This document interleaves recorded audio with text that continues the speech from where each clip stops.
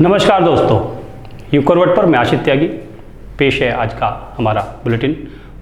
सबसे पहले बात सुप्रीम कोर्ट की फैसले की कर लेते हैं। सुप्रीम कोर्ट ने आज एक बहुत महत्वपूर्ण फैसला सुनाया है जिसमें कहा गया है कि भारत में अविवाहित महिलाओं को भी अबॉर्शन कराने की अनुमति दे दी गई है। साथ ही पति पत्नी के मामले में बात कही गई है कि जबरन अगर संबंध बनाए जाते हैं तो पति के खिलाफ भी मैरिटल रेप का मामला बनाया जा सकता है।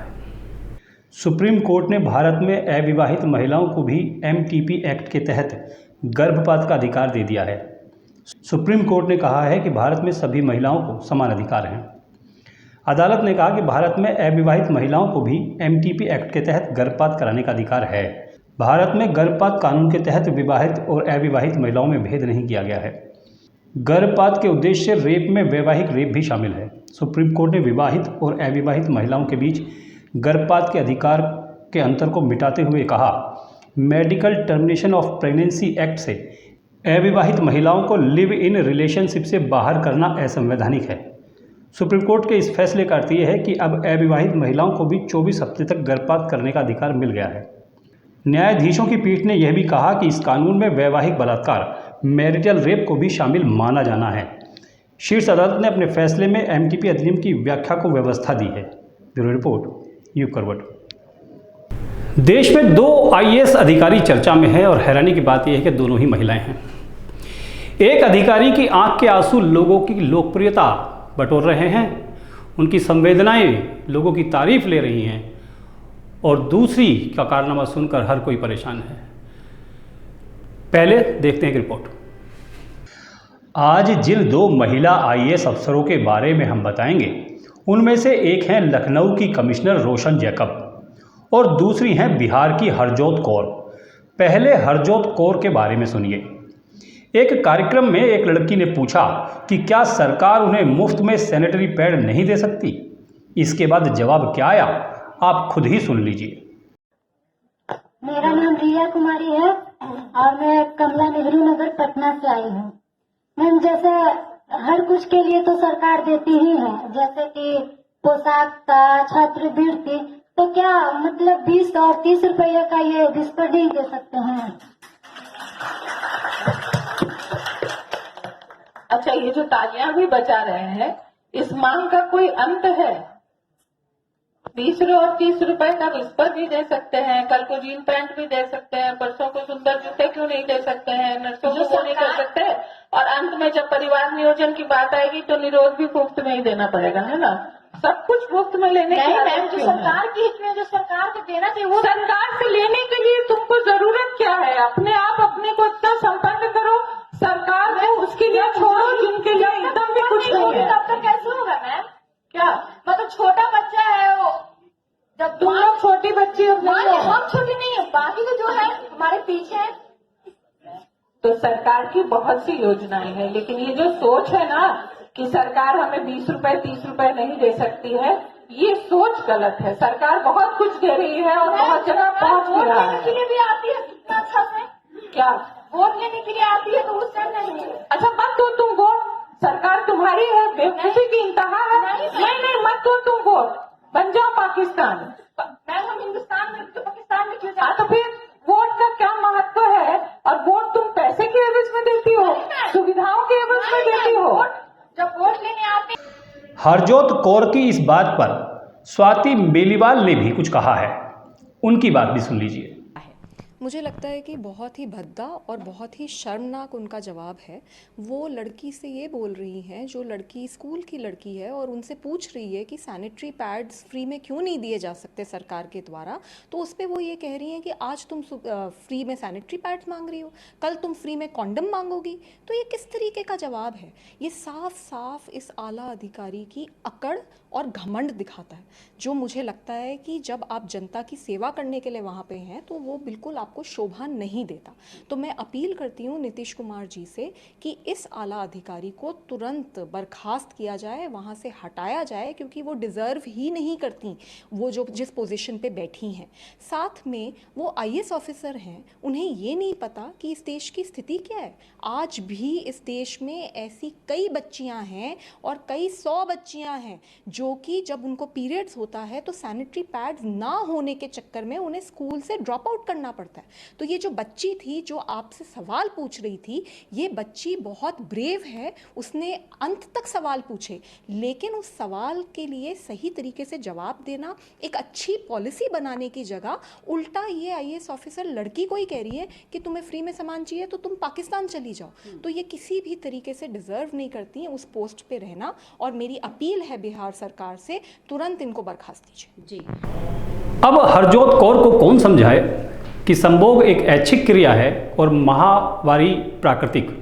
कोई भी महिला चाहे तो संभोग करने से इनकार कर सकती है, लेकिन कितना भी चाहकर वो माहवारी को नहीं रोक सकती। लेकिन ये बात शायद कौर के समझ में नहीं आई है। अब दूसरी महिला अधिकारी से मिलिए। ये है लखनऊ में तैनात रोशन जैकब।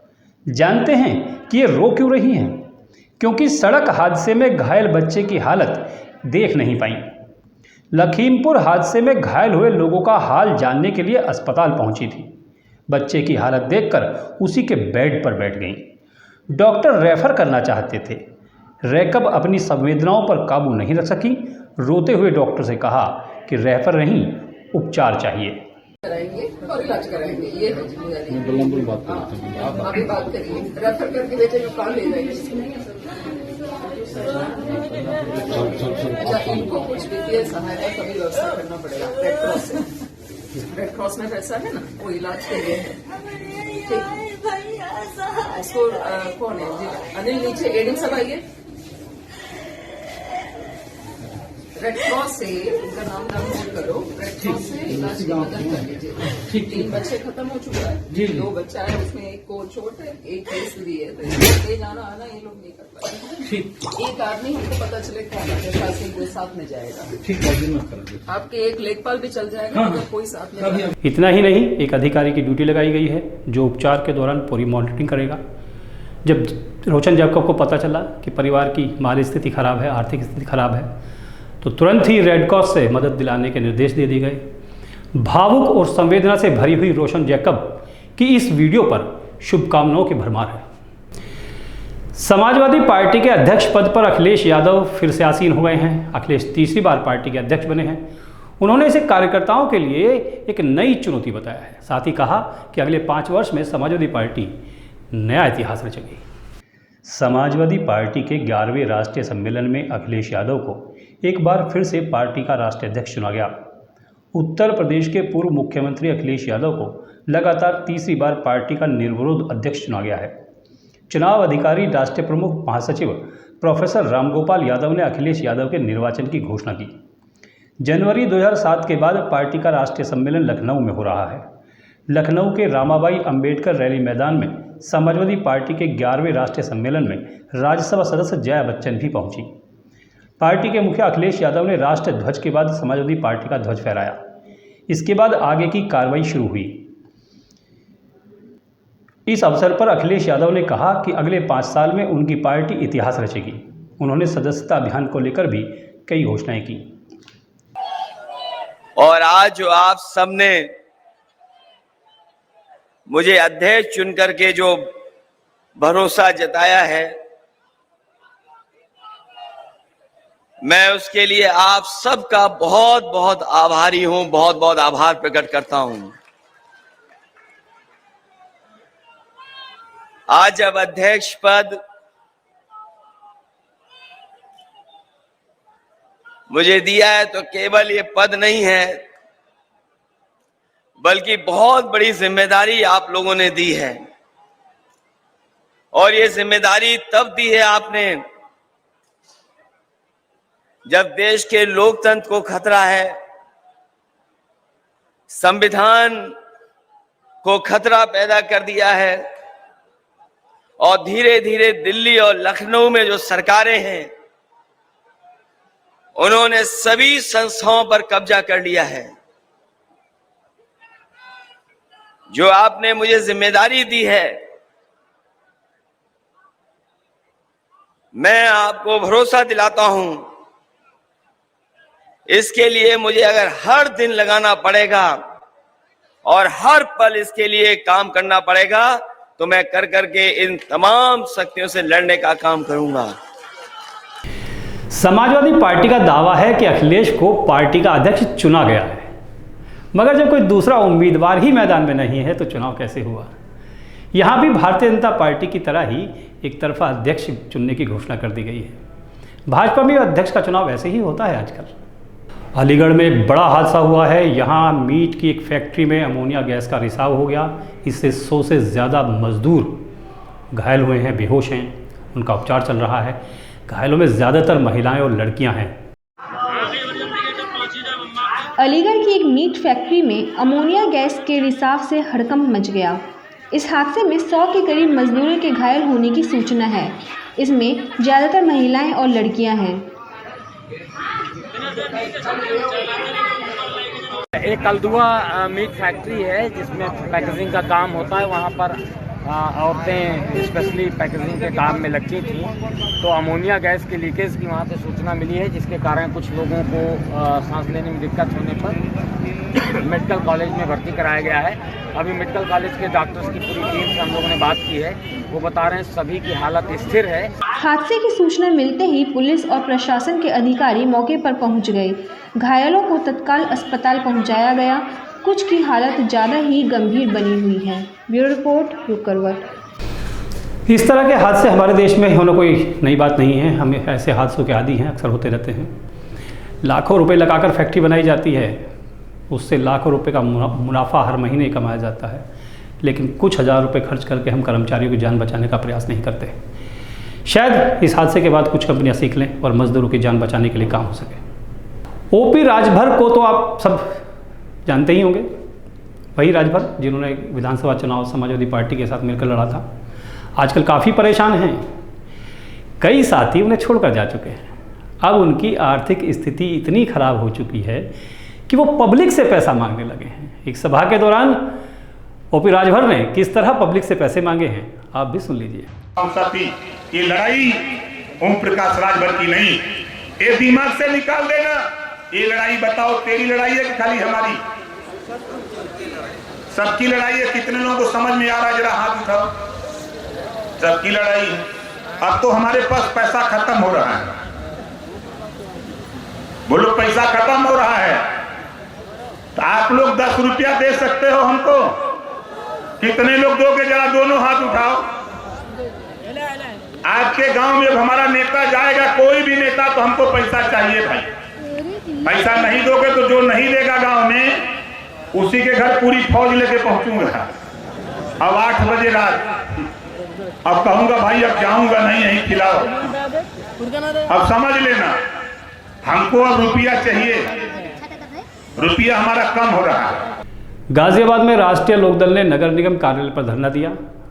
राष्ट्रीय लोकदल के नेताओं ने शहर में विकास कार्य ठप होने का आरोप लगाया, बात कही है। उनका कहना है कि भाजपा के अब तक गाजियाबाद में मेयर जितने रहे हैं वो सब के सब विकास कार्यों में अड़ंगा बने रहे।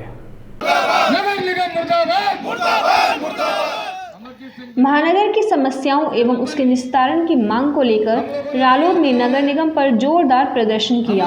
रालोद नेताओं ने अपनी समस्याओं से संबंधित ज्ञापन भी नगर आयुक्त को दिया। रालोद नेताओं ने चेतावनी दी कि यदि उनकी मांगों का निस्तारण जल्द ही नहीं किया गया तो बड़ा आंदोलन किया जाएगा। आज यह नगर निगम में जो भ्रष्टाचार फैला हुआ है, आज तक नगर निगम हमारा हमेशा फायदे में रहा। बता रहे कई सौ करोड़ के घाटे में चल रहा। क्या वजह है? सेम बरसात आते ही पूरा पता पड़ जाता है यहाँ के भी, हाँ हट गया। अधिकारी निरंकुश हो गए हैं। अभी अपर नगर आयुक्त आए हैं, इनका कई बार फोन, 10 बार फोन मिलाने के बाद भी फोन नहीं उठा रहे हैं। तो ऐसा कैसे हो जाएगा? ये नजरअंदाज थोड़ी कर दोगे पार्टी को, हमारी को तुम। हमारी पार्टी की तरफ से 6 सूत्रीय कार्यक्रम है, ये जो ज्ञापन है, ये इस पे जो है ध्यान दिया जाए। और इसका जो है नगर निगम में बरसात सारी चली गई पूरे में पानी भरा हुआ, गंदगी फैली हुई। नगर निगम का जो काम है साफ सफाई और शहर स्वच्छ दिखाई देना चाहिए, एक नगर निगम का काम होता है, इस पर ध्यान दिया जाए। पिछले 25 वर्षों से गाजियाबाद नगर निगम पर भाजपा का कब्जा है। राजधानी से सटे गाजियाबाद से प्रदेश सरकार को सबसे ज्यादा राजस्व मिलता है, लेकिन यहाँ की उपेक्षा भी सबसे अधिक की जा रही है। गाजियाबाद महानगर में समस्याओं का अंबार लगा है और उनके निस्तारण के लिए नगर निगम के पास कोई योजना नहीं है। नगर निगम में आने वाले शहरी क्षेत्रों के मुकाबले ग्रामीण क्षेत्रों से सौतेला व्यवहार किया जा रहा है। अभी काम रुक गया, वो दोबारा चालू नहीं है, तो ये बहुत शर्म की बात है। अधिकारी यहाँ आता है और अपनी जेब गरम करके चले जाते हैं। इस गाजियाबाद के बारे में सोचने का उनका कोई विषय नहीं है। जल्दी जल्दी ट्रांसफर, वैसे तो अपनों का योगी सरकार यूँ कर रही है, वो कर रही है। बस किसान बर्बाद हो चुका है, फसल बर्बाद हो चुकी है। राष्ट्रीय लोकदल समय समय पर डीएम साहब को ज्ञापन के मार्फत किसानों की समस्या अवगत कराते हैं। पूरे जिले में 300 करोड़ रुपए गन्ने का भुगतान है, वो डीएम साहब को हम ऐसे ही नगर निगम, आज नगर निगम की हालत बहुत नाजुक दौर में गुजर रही है। तो हमारा ये कहना है, जो भी यहाँ अधिकारी है वो आके हमारे यहाँ समस्या सुने और सदरपुर में तालाब का पानी ओवरफ्लो होकर घरों में घुस रहा है। इस समस्या का तुरंत समाधान किया जाए। लगभग 1 घंटे की बारिश में पूरा शहर जलमग्न हो जाता है, लेकिन इस समस्या का कोई समाधान नगर निगम के पास नहीं है। गाजियाबाद में नगर निगम के अधिकारियों की मिलीभगत से छोटी बड़ी अवैध पार्किंग संचालित हो रही है, जिन्हें तुरंत बंद कराया जाए। हिंडन नदी में डाला जा रहा सीवर का पानी तुरंत बंद कराया जाए। ब्यूरो रिपोर्ट, युग करवट। यूपी में राष्ट्रीय लोकदल का समाजवादी पार्टी के साथ गठबंधन है। ऐसी बातें भी कही जा रही हैं कि दोनों पार्टी मिलकर नगर निगम का चुनाव लड़ेंगी। लेकिन जब नगर निगम पर धरने की बात आती है, गाजियाबाद शहर की समस्याओं को लेकर प्रदर्शन करने की बात आती है, तो राष्ट्रीय लोकदल अकेले पहुंचता है, समाजवादी पार्टी को बुलाया नहीं जाता। अब ये कैसा गठबंधन धर्म है, या तो सपा के नेता बताएंगे या रालोद के नेता बताएंगे।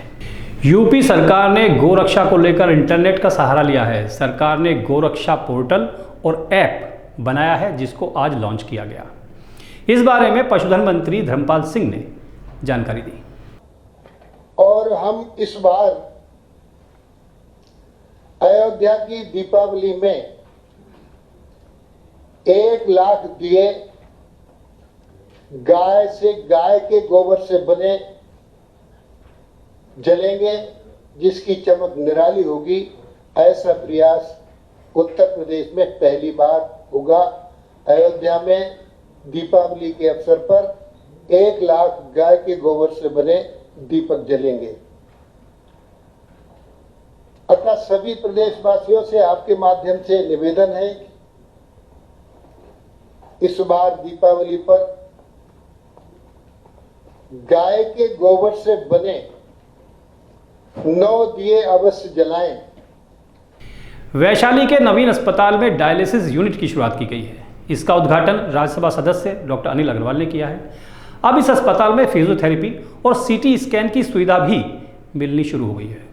वैशाली स्थित नवीन अस्पताल में नवनिर्मित डायलिसिस यूनिट, फिजियोथेरेपी डिपार्टमेंट और सिटी स्कैन सेवा की शुरुआत की गई।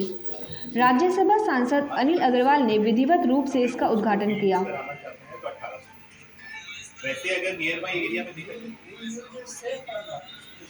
see if you follow the protocol, if you go to US European market, they do more than 30 dialysis, reuse dialysis, because they actually abide with the following the protocol. In India, new government, we are not thoroughly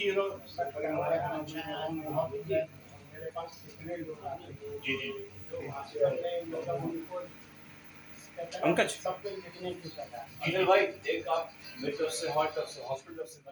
सांसद अनिल अग्रवाल ने इस मौके पर कहा कि नवीन अस्पताल उचित मूल्य पर स्वास्थ्य सेवाएं प्रदान करता है। डायलिसिस के बारे में उन्होंने कहा कि यह समाज के लिए बड़ी सेवा है। ये हमारा है वैसा वर्ल्ड क्लास फिजियोथेरेपी सेंटर। अच्छा जी। किडनी के मरीजों को इलाज के लिए एक बेहतर केंद्र के रूप में इस सेवा के शुरू होने से बड़ी राहत मिलेगी। वहीं नवीन अस्पताल समूह के medical director doctor Anil Tomar ने कहा कि हम सेवा के लिए प्रतिबद्ध हैं और इसी दिशा में बेहतर करने का लगातार प्रयास कर रहे हैं। ब्यूरो रिपोर्ट युग करवट। यूपी के हर शहर में अपराधियों की धरपकड़ के लिए अभियान चलाया जा रहा है। इसी में नोएडा पुलिस को बड़ी सफलता मिली है। यहां पुलिस और बावरिया गिरोह के बीच मुठभेड़ हो गई, जिसमें 2 बदमाश घायल हो गए। दोनों पर लूट के कई मामले दर्ज हैं। इनके कब्जे से हथियार भी बरामद हुए हैं। राष्ट्रीय प्रजापति महासंघ ने गाजियाबाद जिला मुख्यालय पर प्रदर्शन किया है। उनकी मांग है कि कश्यप, धीमर, कहार समेत 17 अति पिछड़ी जातियों को अनुसूचित जातियों में शामिल किया जाए। राष्ट्रीय प्रजापति महासंघ जिला गाजियाबाद द्वारा 17 जातियों को अनुसूचित जाति में शामिल करने के लिए जिलाधिकारी महोदय के माध्यम से माननीय प्रधानमंत्री जी को ज्ञापन देने के लिए आज यहाँ एकत्रित हुए हैं। और हमारी मांग है कि जो 17 जातियाँ हैं जिनको काफ़ी दिनों से अनुसूचित जाति में शामिल करने की मांग प्रजापति समाज, धीमर, कश्यप, केवट सभी लोग उठाते रहे हैं। और हमारी माननीय प्रधानमंत्री से निवेदन है, गुजारिश है कि जातियों को अनुसूचित जाति में शामिल किया जाए, उनको अनुसूचित जाति का लाभ दिया जाए। विजयनगर की क्रॉसिंग रिपब्लिक में महागुंज सोसाइटी के बाहर कुछ बाहर के लोग आए और उन्होंने वहाँ तोड़फोड़ की, कुछ लोगों के साथ मारपीट की। इस घटना से नाराज सोसाइटी के लोगों ने सड़क जाम की, विरोध प्रदर्शन किया और पुलिस से कार्रवाई की मांग की। नहीं जाएगी, नहीं जाएगी। नाम लिखो तो लिख के तुम दोगे, मैं लिखूंगा। गुंडा लेके आ रहे, गुंडा मारपीट कर रहे हैं, सर फोड़ दिए लोग। मना कर दिया, रिसीविंग नहीं देंगे। तो आज के लिए बस इतना ही, मुझे आज्ञा दीजिए। बेहतरीन खबरों के लिए पढ़ते रहिए युग करवट और सब्सक्राइब कीजिए युग करवट न्यूज़ चैनल को। लाइक कीजिए, कमेंट कीजिए। आपके कमेंट हमारे लिए बहुत महत्वपूर्ण है। नमस्कार।